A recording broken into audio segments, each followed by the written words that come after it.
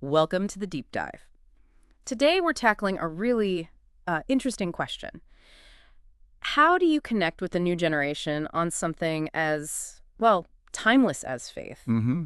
We've got a stack of your sources here, and they're zeroing in on efforts to re-engage Gen Z, specifically around a campaign called Reality Faith. Right. And this phrase from your notes, it really stuck with me. I didn't think faith could feel this chill. Yeah, that phrase really jumps out. So our job today is to kind of explore what might cause that chill, Yeah. and how this reality faith thing aims to warm things up. Exactly.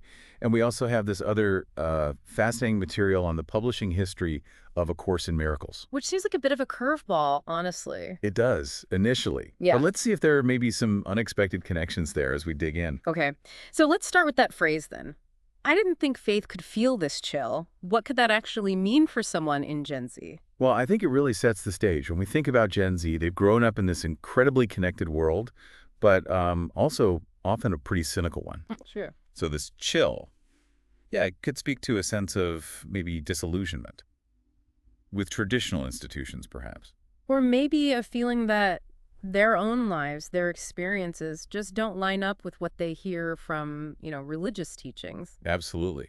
Or even just plain negative encounters, things that have left them feeling alienated, cold towards faith altogether. Right. So it feels like that sense of coldness is the exact thing this reality faith campaign is trying to confront head on. That seems to be the core challenge they're addressing, yeah. Okay, so reality faith, it's laser focused on that 18 to 26-year-old group. Mm-hmm. The Gen Z bracket. And your sources tell us the mission is basically to bring faith back into their lives, but in a way that feels, well, genuine? Authenticity seems key. That and relatability. And a definite rejection of anything that feels preachy or, overly formal. Yeah, the sources mention humor, real talk, and digital-first storytelling. Which all points towards meeting them on their own turfs. Yeah. Exactly. Even the name reality faith. It's described as a play on real faith and reality check. Which is interesting. It suggests trying to ground faith in the sort of everyday realities, the here and now. Feels like a very deliberate choice for reaching this generation, doesn't it? Absolutely. And the messaging itself, that's Yeah. crucial here. How so? Well, it's described as casual, meme-friendly, honest, no BS. Okay, so very direct. Very direct. Yeah. It immediately signals they understand how this generation communicates, what they value online. Like, take the line, faith isn't perfect, neither are you. That feels quite insightful, actually. Doesn't it? It sort of normalizes doubt, acknowledges imperfection, which could be incredibly refreshing if you feel like traditional religion presents this impossible ideal. Right. It taps into that value Gen Z places on authenticity, maybe their tiredness with perfectly curated online lives. It suggests an honesty that maybe they feel traditional institutions lack. Precisely. And then there's that other message, spiritual, not religious. Let's talk. That feels equally important. We know that trend is growing people identifying as spiritual but not feeling connected to organized religion. Yeah, a huge trend. So this campaign seems to be saying, look, we see you, we get it, and we still want to have a conversation. It's an invitation. It is. Then you have God's DMs are open. Which is, well, it's clever, very contemporary. It really is. It conveys this idea of a direct, personal relationship with the divine in such an accessible way. Yeah, it breaks down that potential sense of God being, I don't know, distant Yeah. or judgmental. Exactly. It reframes the whole concept in a way that feels immediate, like how Gen Z interacts with everything else. Okay. And the last key message mentioned. Less guilt, more grace. This one feels like it directly addresses a major barrier for a lot of people, those negative experiences, maybe feeling judged in religious communities. The church hurt idea again? Exactly. So by emphasizing compassion, understanding, forgiveness, the campaign hopes to create a much more welcoming, supportive vibe. Okay, so central to all this messaging is a podcast. Right, a key component, potentially called Reality Faith or maybe Blessed and Pressed. And the segment ideas you found are fascinating. They seem tailor-made to hit those pain points we were just discussing. They really do. First up, there's Unholy Confessions. Okay, what's that about? It's described as a space for listeners to anonymously submit and share their struggles, their doubts, things related to faith. So building community through shared vulnerability. Exactly. Letting people know they aren't alone in their questions or uncertainties. That shared experience could be really crucial in, sawing that chill. Yeah, feeling like you're the only one with doubts can be incredibly isolating. Totally. So Unholy Confessions offers that platform, showing that questioning and struggling are often just part of the journey. Makes sense. What else? Then we have Bible or BS, Intriguing title. isn't it? This segment is apparently focused on critically examining Scripture, debunking misinterpretations or misused verses. Okay, so appealing to that critical thinking side. Precisely. For a generation that values information and isn't afraid to question things, by showing they're willing to look critically at texts, understand context, rather than just demanding blind acceptance. They can build trust, especially with a more skeptical audience. That seems to be the goal. Then there's Ask a Former Pharisee.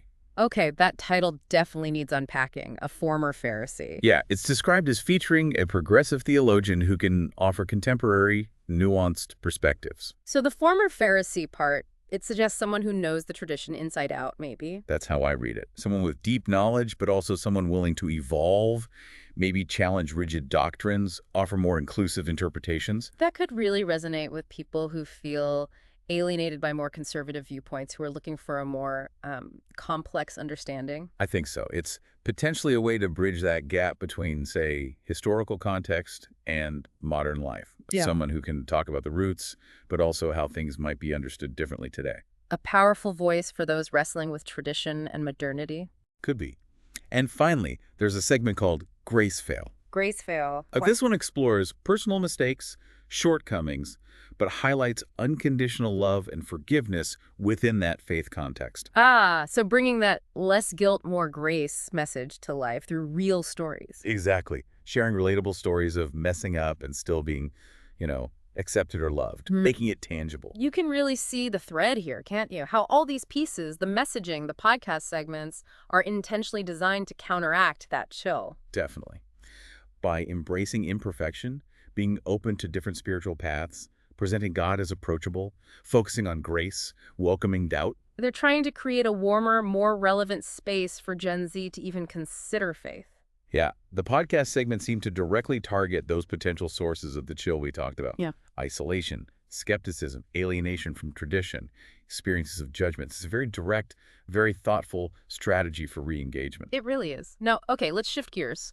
This is where it gets maybe a bit unexpected. A Course in Miracles. Right. The seemingly unrelated source. Your notes detail its origins. Going back to 1965, Dr. William Thetford. Yeah, his declaration. There must be another way. Apparently it came out of some intense interpersonal conflict. And that moment led to Dr. Helen Schuckman scribing the course, guided by what she described as an inner voice, which she identified as Jesus. It's quite an origin story. The material you have highlights themes like forgiveness.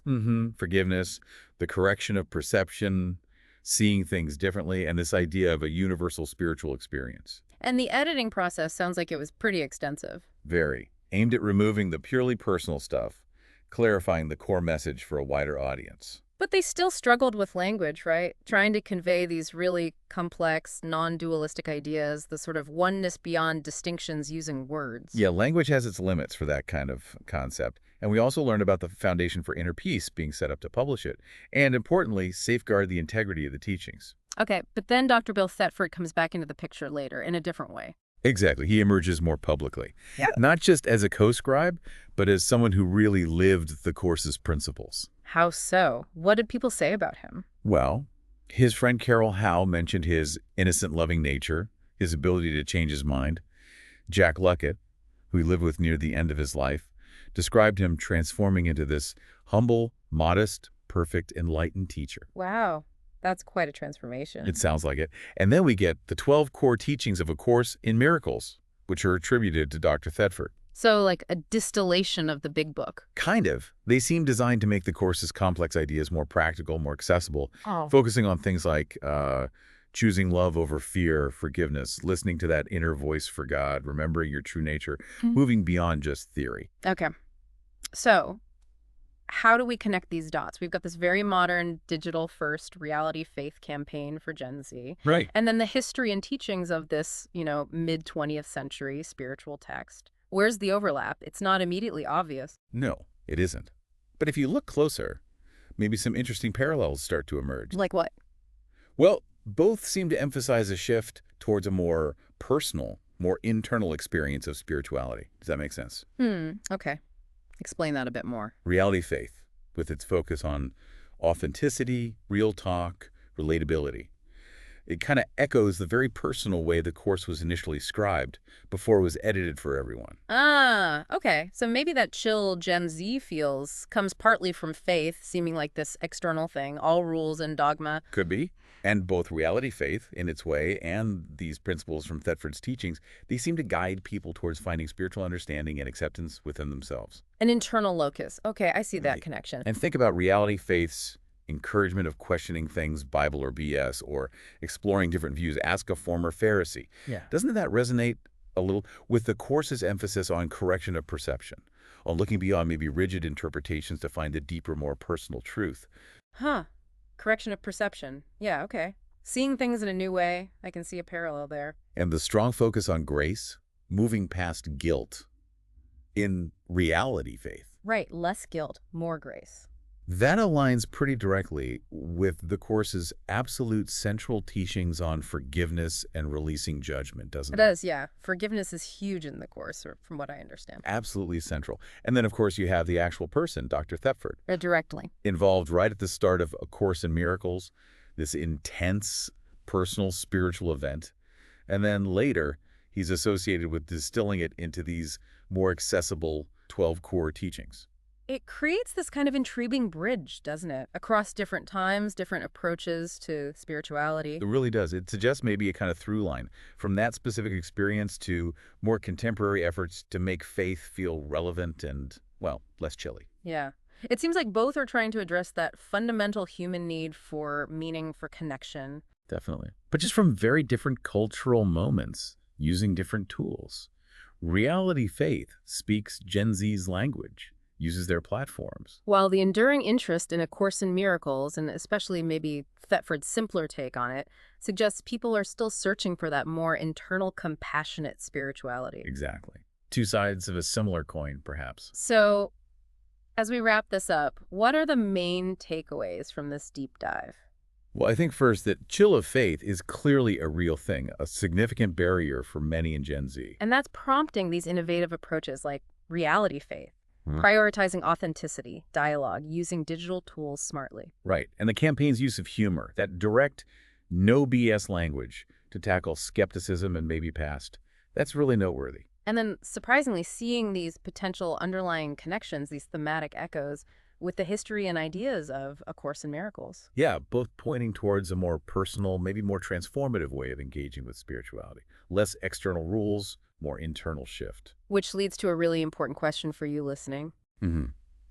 Thinking about these strategies, reality faith, and maybe the core ideas from things like the Course, what do you think are the most promising ways forward? How do you bridge that gap between, say, traditional faith structures and the experiences, the values of younger people today? And maybe more specifically, how can spiritual communities, faith groups, whatever form they take, create environments where asking hard questions isn't just allowed, but actively welcomed? Yeah, where people feel like they belong, doubts, imperfections, and all, without the guilt. Exactly. Less guilt, more grace, right? So look, this deep dive was built around your sources, the ones you sent in. It's just one glimpse into these efforts. We really encourage you to keep exploring these themes. What parts of the reality faith approach resonated with you or didn't? How might it connect or clash with your own understanding or experiences around faith or spirituality? Ultimately, this journey, figuring this stuff out, it's a personal one. We just hope this discussion has given you some valuable food for thought, maybe spark some new questions for you to explore.